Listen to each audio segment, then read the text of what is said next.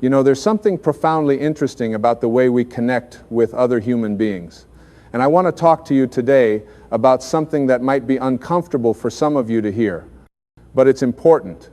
It's about friendship, about connection, about why some people seem to struggle with forming and maintaining meaningful relationships while others seem to attract friends naturally. And I want you to understand something right from the start. This isn't about judgment, this is about awareness. This is about waking up to patterns in our own behavior that might be keeping us isolated when what we really want, what we really need, is connection. The truth is, there are certain personality traits that create barriers between us and other people. And here's what's beautiful about this. Once we become aware of these traits, once we shine a light on them, we can change them. We're not stuck. We're never stuck. We have the power within us to transform every single aspect of our lives, including how we relate to others. Let me start by saying this. If you find yourself without friends, if you find yourself sitting alone, wondering why others don't seem to want to spend time with you, there's a reason. And that reason isn't that you're fundamentally flawed. It isn't that you're unworthy of love and connection. The reason is that somewhere along the way, you've developed patterns of thinking and behaving that push people away instead of drawing them close. And the magnificent thing about patterns is that they can be changed.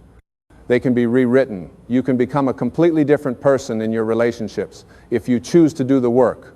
So let's talk about the first trait that people who struggle with friendships often share. It's this constant need to be right. You know what I'm talking about. Every conversation becomes a debate. Every discussion becomes an opportunity to prove that you know more, that you understand better, that your opinion is the correct one. And let me tell you something. When you're always trying to be right, you're actually being wrong about what matters most. What matters most isn't being right. What matters most is connection. What matters most is understanding. What matters most is making the other person feel heard and valued. Think about it. When you're with someone who always has to be right, how does it feel? It feels exhausting, doesn't it? It feels like you can never just have a simple conversation without it turning into a competition. And here's what happens. People start avoiding you. Not because they don't like you as a person, but because being around you feels like work. It feels like they constantly have to defend themselves, constantly have to prove themselves, constantly have to be on guard. And you know what's underneath this need to always be right? It's insecurity. It's fear. It's this deep belief that if you're not right, if you don't know the answer, if you make a mistake, then somehow you're less than. You're not enough. But that's not true. That has never been true. Your worth isn't determined by how much you know or how many times you can prove someone else wrong. Your worth is inherent. It's built into you. It's part of your very essence as a human being. When you let go of this need to be right, when you allow yourself to simply be present with another person without needing to correct them or educate them or prove your superiority, something magical happens. Space opens up. Connection becomes possible. People start to feel safe around you because they know they won't be judged or criticized or made to feel stupid. And that's when real friendship can begin. The second trait that keeps people isolated is something I call emotional unavailability. Now, this one is tricky because a lot of people don't even realize they're doing it. They think they're open. They think they're sharing. But what they're really doing is keeping themselves protected, walled off, defended against any real vulnerability. Here's what emotional unavailability looks like. Someone asks you how you're doing, and you say fine, even when you're not fine. Someone tries to connect with you on a feeling level, and you intellectualize everything. You talk about facts and ideas and theories, but you never talk about how you actually feel. You never let anyone see the real you, the you that's scared sometimes, the you that feels lonely, the you that doesn't have all the answers. And I understand why people do this, I really do. Vulnerability is scary. Opening up means risking rejection. It means letting someone see your imperfections, your wounds, your struggles. But here's what you need to understand. Vulnerability is the pathway to connection. It's the only pathway to real, genuine, meaningful connection. When you keep yourself defended, when you refuse to let people in, you might protect yourself from pain, but you also protect yourself from love, from friendship, from all the beautiful things that make life worth living. Think about the people you feel closest to in your life, the people you really trust. What made those relationships special? It was vulnerability. It was those moments when someone shared something real with you, something true, something that mattered. And when you shared back, that's what creates the bond. That's what makes a relationship meaningful. If you want friends, you have to be willing to be seen. Not the perfect version of yourself that you present to the world, but the real you. the messy, imperfect, sometimes confused you, because that's who people actually connect with. Nobody connects with perfection. Nobody relates to someone who seems to have it all together all the time. What we connect with is humanity. What we relate to is realness. Now, the third trait that keeps people friendless is something that might surprise you.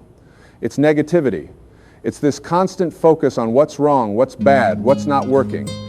It's complaining and criticizing and finding fault with everything and everyone. And look, I'm not saying you should be fake. I'm not saying you should pretend everything is wonderful when it's not. But there's a difference between being honest about challenges and being chronically negative. When you're always negative, when you're always complaining, when you're always focused on problems, you drain the energy out of every interaction. People don't want to be around that. It's not because they don't care about you or because they're shallow. It's because energy is real. The emotional energy you bring to an interaction affects everyone involved. And when your energy is consistently negative, heavy, draining, people naturally pull away, not out of meanness, but out of self-preservation. And here's the thing about negativity. It becomes a habit. You might not even realize you're doing it. You think you're just being realistic, just telling the truth, just expressing your opinions. But what you're actually doing is creating an environment where joy can't exist, where lightness can't exist, where fun can't exist. And who wants to spend time in that kind of environment? The beautiful news is that you can change this. You can train yourself to notice the good as much as the bad. You can practice gratitude. You can look for what's working instead of what's not. And this isn't about being in denial or pretending problems don't exist. It's about balance. It's about recognizing that life contains both difficulties and blessings, both challenges and gifts. And when you start focusing more on the gifts, more on the blessings, more on what's good and right and beautiful in your life, you become a different kind of person to be around. You become someone who lifts others up instead of dragging them down. The fourth trait that creates barriers to friendship is selfishness. And before you get defensive, let me explain what I mean. Selfishness isn't just about being greedy or taking more than your share. It's about making everything about you. It's about dominating conversations with your stories, your problems, your opinions, your experiences. It's about not asking questions, not showing genuine interest in other people's lives, not being present for others when they need support. True friendship is reciprocal. It's a give and take. It's about caring for the other person as much as you care for yourself. It's about being curious about their life, their thoughts, their feelings, their experiences. It's about showing up for them, not just when it's convenient for you, but when they actually need you. When you're selfish in your relationships, when you're only thinking about what you can get rather than what you can give, people feel used. They feel like a means to an end rather than a valued human being. And that feeling causes them to withdraw. They might not tell you directly.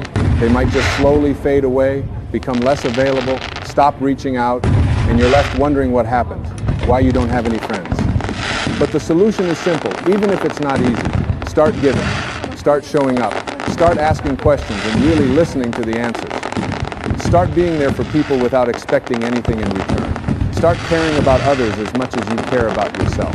When you shift from a mentality of what can I get to, what can I give, everything changes. You become the kind of person others want to be around. You become a true friend. And this doesn't mean you should neglect your own needs. It doesn't mean you should become a doormat or let people take advantage of you. Healthy relationships have boundaries. Healthy relationships involve both people caring for themselves and for each other. What I'm talking about is moving away from the extreme of only thinking about yourself, only caring about your own needs, only being interested in your own life. The fifth trait that keeps people isolated is perhaps the most insidious of all. It's judgment. It's this constant evaluation of others, this mental scorecard where you're always deciding whether people measure up to your standards. And here's the truth. Nobody can meet all your standards. Nobody is perfect.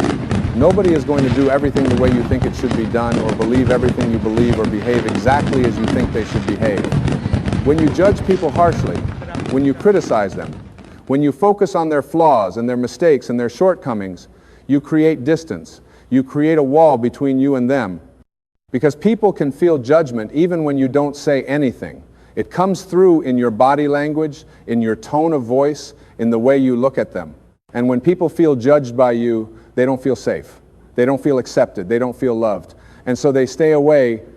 Real friendship requires acceptance. It requires seeing people as they are, not as you wish they would be. It requires understanding that everyone is on their own path, at their own level of growth, dealing with their own challenges. It requires compassion instead of judgment. It requires kindness instead of criticism. And I want to be very clear about something. This doesn't mean you have to agree with everything everyone does. It doesn't mean you can't have standards for how you want to be treated. It doesn't mean you have to accept abuse or mistreatment. What it means is that you recognize the humanity in others. You recognize that people are doing the best they can with what they know and what they have. You recognize that making mistakes is part of being human, and that includes the people in your life. When you release judgment, when you practice acceptance, when you choose to see people with compassion and understanding, something shifts. People feel it. They feel seen by you. They feel accepted by you. And that feeling of being truly seen and accepted is one of the most precious gifts you can give another human being. That's what creates lasting friendship. Now, I want you to take a moment and really be honest with yourself. As I've talked about these 5 traits, have you recognized yourself in any of them? Have you felt that uncomfortable twinge of recognition, that awareness that maybe, just maybe, you've been engaging in some of these behaviors? If you have, that's actually wonderful. That's the first step toward change. You can't change what you're not aware of. Awareness is where all transformation begins. And I want to remind you of something crucial. You are not your behaviors. You are not your patterns. You are not your habits. These are things you do, not who you are. Who you are is this infinite, powerful, creative being with the capacity to change anything about your life that isn't working. You have the power to become a completely different person in your relationships. You have the power to attract wonderful friendships into your life. But it starts with you. It starts with your willingness to look at yourself honestly and make changes. Let me tell you something about the nature of change. Change isn't something that happens to you. Change is something you choose. Every single day, in every single moment, you're choosing who you want to be. You're choosing how you want to show up in the world. You're choosing how you want to relate to others. And if your current choices aren't bringing you the friendships you desire, you can make different choices. You can choose to let go of the need to be right and instead focus on understanding. You can choose to be vulnerable instead of defended. You can choose to focus on the positive instead of dwelling on the negative. You can choose to give generously instead of taking selfishly. You can choose acceptance instead of judgment. These are all choices available to you right now, in this moment. But here's what I've learned about change. It requires commitment.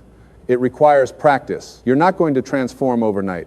You've been developing these patterns for years, maybe decades. They're wired into your brain. They're automatic. So when you decide to change, you have to be patient with yourself. You have to be willing to mess up and try again. You have to be willing to notice when you fall back into old patterns and gently guide yourself back to the new way you want to be. And you know what helps? Having a clear vision of who you want to become. Close your eyes for a moment and see yourself as a person who has wonderful, fulfilling friendships. See yourself as someone people want to be around. See yourself laughing with friends, supporting them through difficult times, celebrating their successes. Feel what it feels like to have that kind of connection in your life. Really feel it. Let that vision pull you forward. Let it inspire you to do the work of changing these patterns. Because the work is worth it. Having genuine friendships, having people in your life who care about you and who you care about, having connections that nourish your soul. This is one of the greatest joys of being human. We're not meant to be alone. We're not meant to be isolated. We're social creatures. We need each other. We thrive in connection. And when you remove the barriers you've been putting up, when you let go of the traits that have been keeping you isolated, you open yourself up to that connection. Let me talk for a moment about what happens when you start making these changes. At first, it might feel awkward. It might feel uncomfortable. When you try to be vulnerable after years of being defended, it's scary. When you try to listen instead of always talking about yourself, it feels strange. When you try to accept people instead of judging them, it goes against your habitual way of thinking. This is normal. This is part of the process. Don't let that discomfort stop you. Push through it. Keep practicing. Keep choosing the new way, even when the old way feels more comfortable. And here's what you'll start to notice. People respond differently to you. They open up more. They seek out your company. They want to spend time with you. Because you've become someone who makes them feel good. You've become someone who lifts them up instead of tearing them down. You've become someone who's genuinely interested in them. You've become someone who's real and authentic, and that's magnetic. That attracts people. But I want to caution you about something. Don't make these changes just to get friends. Don't make these changes as a manipulation tactic. Make these changes because you genuinely want to become a better person. Make these changes because you recognize that these traits don't serve you. They don't make you happy. They don't bring you peace. Make these changes for you, not for what you think you'll get from others. Because here's a paradox. When you become the kind of person who would make a good friend, not to get friends, but simply because that's who you want to be, friends show up. They appear in your life, sometimes in the most unexpected ways. Sometimes people you've known for years suddenly become closer. Sometimes new people enter your life. The universe responds to who you're being, not to what you're trying to get. And let me say something else that's important. As you change, as you grow, as you become more aware and more conscious in your relationships, you might notice that some people fall away. People who were in your life before might not stick around, and that's okay. That's actually perfect, because those people were probably matching your old energy, your old patterns. As you evolve, your relationships evolve too. Some relationships will deepen and make a commitment to yourself. Commit to becoming aware of these 5 traits in your own behavior. When you find yourself needing to be right, pause, take a breath.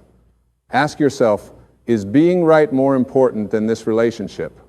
When you find yourself being emotionally unavailable, challenge yourself to share something real. When you notice yourself being negative, actively look for something positive to focus on. When you catch yourself being selfish, ask what you can give instead of what you can get. When you feel yourself judging someone, shift to curiosity and compassion instead. This is the work. This is how you change. Not through some dramatic transformation that happens overnight, but through small choices made consistently over time. Each time you choose the new way instead of the old way, you're rewiring your brain. You're creating new patterns. You're becoming a different person. And be kind to yourself in this process. You're going to mess up. You're going to fall back into old patterns. You're going to have moments where you're right back where you started. That's okay. That's part of being human. Don't beat yourself up. Don't judge yourself harshly. Just notice what happened, learn from it, and try again. Self-compassion is essential on this path of growth. I also want you to understand something about the people you meet. Everyone you encounter is dealing with their own struggles, their own fears, their own pain. Everyone is doing the best they can with what they have. When you remember this, it becomes easier to be patient with people. It becomes easier to be kind. It becomes easier to accept them as they are. And when you approach people with this understanding, with this compassion, something beautiful happens. They feel it. They feel seen by you in a way that maybe no one else sees them. They feel accepted by you in a way that maybe they've never been accepted before. And that creates connection. That creates friendship. Think about what you really want in a friend.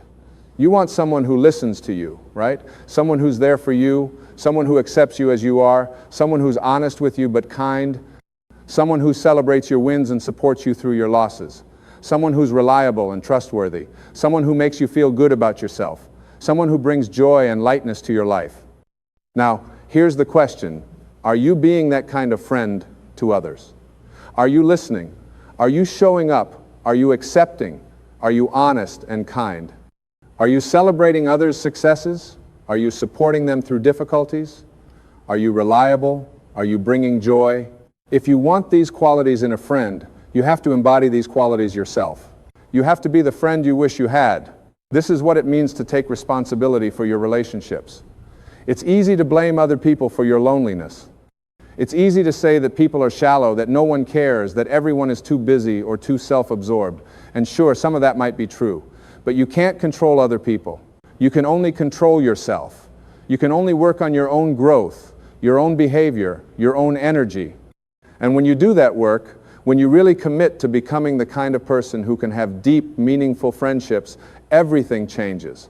Not because other people change, but because you change.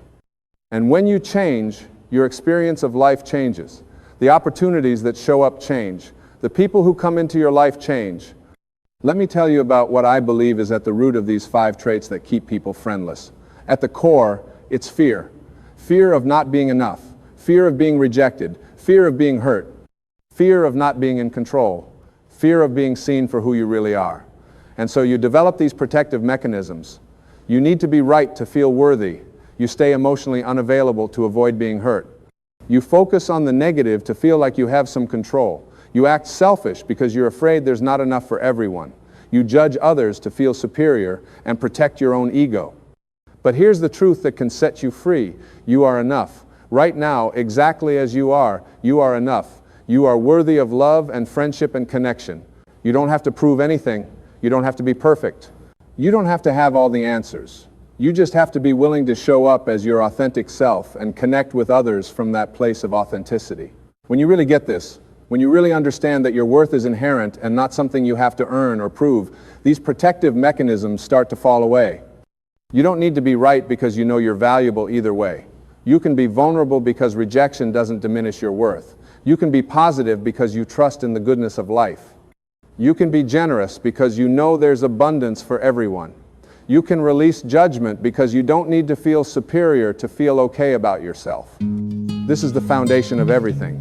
This understanding that you are fundamentally okay, fundamentally worthy, fundamentally lovable just as you are. When you live from this understanding, relationships become so much easier. Connection becomes natural. Friendship flows. So how do you develop this understanding? How do you really know, not just intellectually but in your bones, that you're enough? It starts with your relationship with yourself. It starts with how you talk to yourself, how you treat yourself, how you think about yourself. If you're constantly criticizing yourself, if you're never satisfied with yourself, if you're always focused on what's wrong with you, how can you possibly believe you're enough? Start treating yourself the way you would treat a dear friend. Speak to yourself with kindness. Acknowledge your strengths as well as your areas for growth. Celebrate your wins, no matter how small. Forgive yourself when you mess up. Take care of yourself, your body, your mind, your spirit. When you develop a loving relationship with yourself, when you genuinely like who you are, everything else follows. And this isn't about being narcissistic or self-absorbed. This is about healthy self-love, which is the foundation for being able to truly love others. You can't give what you don't have. If you don't have love and acceptance for yourself, you can't genuinely offer it to others. But when you do have it, when you're overflowing with it, sharing it with others becomes natural and effortless. I want to return to these 5 traits one more time because I want to make sure you really understand how to work with them. The need to always be right. Work on developing intellectual humility. Recognize that there are many ways to see things, many perspectives that have value. Practice saying, that's an interesting point, I hadn't thought of it that way. Practice admitting when you don't know something or when you made a mistake. This doesn't make you weak, it makes you human, and it makes you someone people can relate to. Emotional unavailability. Work on developing emotional intelligence and courage. Start small. Share one real feeling with someone you trust. Notice what happens. Notice that you survive. Notice that often it brings you closer to the other person. Practice identifying what you're feeling. Practice expressing those feelings in words. The more you do this, the easier it becomes. Negativity. Work on developing gratitude and perspective. Each day, write down 3 things you're grateful for. When something goes wrong, ask yourself what you can learn from it or what opportunity it might be creating. Train your brain to look for the good. This doesn't mean ignoring problems. It means balancing your view so you're seeing the whole picture, not just the negative parts. Selfishness. Work on developing generosity and genuine interest in others. Practice asking people questions about their lives and really listening to their answers. Practice doing kind things for others without expecting anything in return. Practice thinking about what would make someone else happy in doing that thing. Notice how good it feels to give, to contribute, to make a difference in someone's life. Judgment. Work on developing compassion and acceptance. When you notice yourself judging someone, pause and ask yourself what they might be going through that you don't know about. Practice the phrase, everyone is doing the best they can with what they have. Practice looking for the good in people instead of focusing on their flaws. Practice accepting people as they are instead of wanting them to be different. These practices, done consistently over time, will transform you. They will transform your relationships. They will transform your life. And the beautiful thing is, you don't have to wait until you're perfect to start experiencing benefits. Even small changes create ripples. Even small shifts in your behavior will cause people to respond to you differently. Remember, you're not doing this to become someone you're not. You're doing this to remove the barriers that are hiding who you truly are. At your core, you are loving, you are open, you are generous, you are accepting, you are connected, but these traits have gotten covered up by fear and pain and old protective mechanisms that aren't serving you anymore. You're not building something new. You're uncovering what was always there. And as you do this work, as you become more authentic, more vulnerable, more present, more giving, more accepting, you'll find that not only do you attract more friends, but the quality of those friendships is different. They're deeper, they're more meaningful, they're more satisfying, because you're showing up as your real self. And that allows others to show up as their real selves too. And that's where the magic of true friendship lives, in that space of mutual authenticity and acceptance. Your life can be filled with wonderful friendships. You can have people who truly see you and appreciate you and want to be part of your life. You can experience the joy and support and love that comes from genuine connection. But it requires your willingness to look at yourself honestly, to recognize where you've been creating barriers, and to do the work of removing those barriers. It requires your commitment to growth and change. It requires your courage to be vulnerable and authentic. And you have all of these things within you. You have the self-awareness to see what needs to change. You have the strength to do the work. You have the courage to be vulnerable. You have the capacity to transform completely. Everything you need is already inside you. You just have to choose to use it. You just have to choose to become the person you were meant to be, a person who connects, who loves, who shares life with others in meaningful ways. So make that choice. Make it today. Make it right now. Commit to becoming aware of these 5 traits in yourself. Commit to working on them consistently. Commit to being the kind of person who can have beautiful friendships. And then watch what happens. Watch as your life transforms. Watch as connection and joy and love flow into your experience. Watch as you realize that you were never truly alone. You just had some barriers up that were keeping people at a distance. Remove those barriers. Open your heart. Show up as your authentic self. Be willing to be vulnerable. Be willing to give. Be willing to accept. Be willing to see others with compassion. And you will find what you've been looking for. You will find the friendships that make life rich and meaningful. You will find the connections that nourish your soul. You will find your people. This is your invitation. This is your opportunity. This is your time to change your life at the level of relationships. Everything you desire in terms of friendship and connection is available to you. You just have to be willing to do what it takes to allow it in. And I believe in you. I believe you have what it takes. I believe you can transform these patterns and create the connected life you truly want. Now it's time for you to believe it too. It's time for you to take action. It's time for you to step into the fullness of who you can be in relationship with others. The time is now. The person is you. The choice is yours.